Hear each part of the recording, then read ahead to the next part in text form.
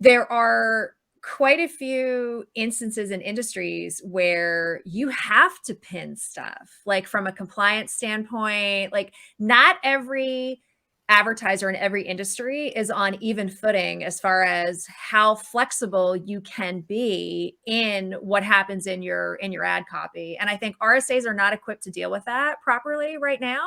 I hope that that's something that is being thought about inside of Google, because right now the big push is for, go broad match plus RSA plus smart bidding, right? That's their golden triangle that they talked about in their Welcome to 2022 presentation from last week. And that's all well and good, but there are quite a few industries, and then there are other businesses who feel strongly like, I want to make sure that my business name, for example, is in that first headline. So I don't feel like RSAs right now do a great job with that. They clearly want you to not have anything pinned. Like, the preference is definitely, I'm running an experiment right now in a couple of my accounts where I'm running the exact same ad where I have pinned some of the assets and I have everything else unpinned. And it's really preferring the unpinned ad. So I think there's definitely some things that I'm keeping my eye on as far as, like, things that you might want to adopt, right? Because it's like, okay, well, Google is telling you this is where it's going. And we all know that you can't swim upstream against Google forever, right? It's futile. So you have to figure out how to work within the parameters and with the system that Google is going to provide for you.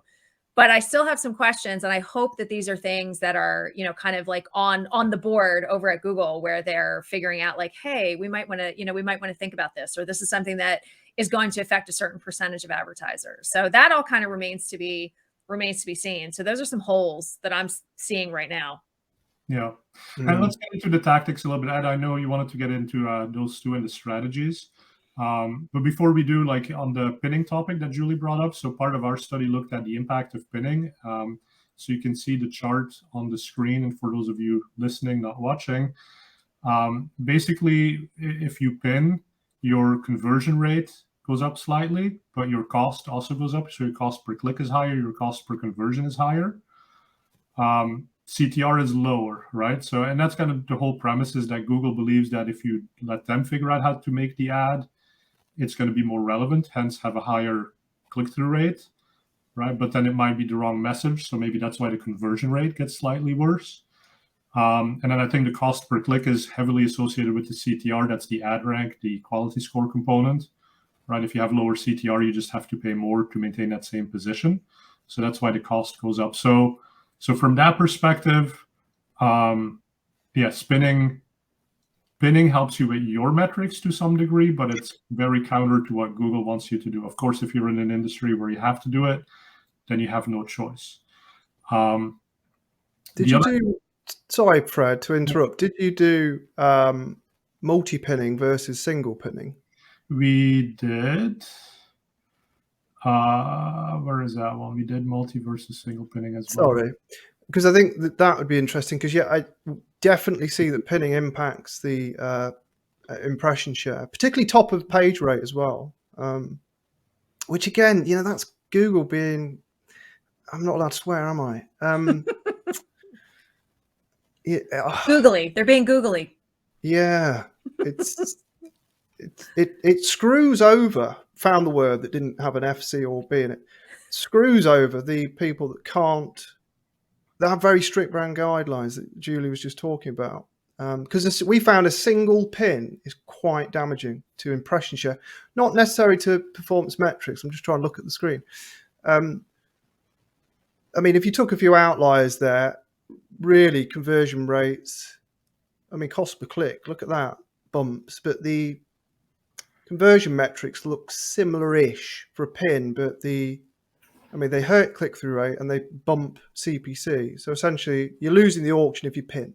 So Google's forcing your hand. It's like another layer to quality score, isn't it? So one interesting thing about pinning, and this is a tactic people should definitely try, is in the beginning of RSAs, you could pin a single thing to a single position. So you could be like, this needs to be my headline one, and maybe that was your brand, whatever, right? But then over time, and I don't think it really announced it. It kind of like snuck in. But now you can pin multiple variations to the same position. So one technique that seems to make sense to me is I want my headline to be something about my brand. Exactly how I portray my brand, I don't know. Is it my domain name? Is it my company name? I don't know. But I'm going to have 3 variations as headlines that are something to do with my brand. I'm going to pin all of those to position 1. And that's what this chart on the screen shows, is that if you do no pinning, then Google prefers your ad because they have the most liberty to do whatever.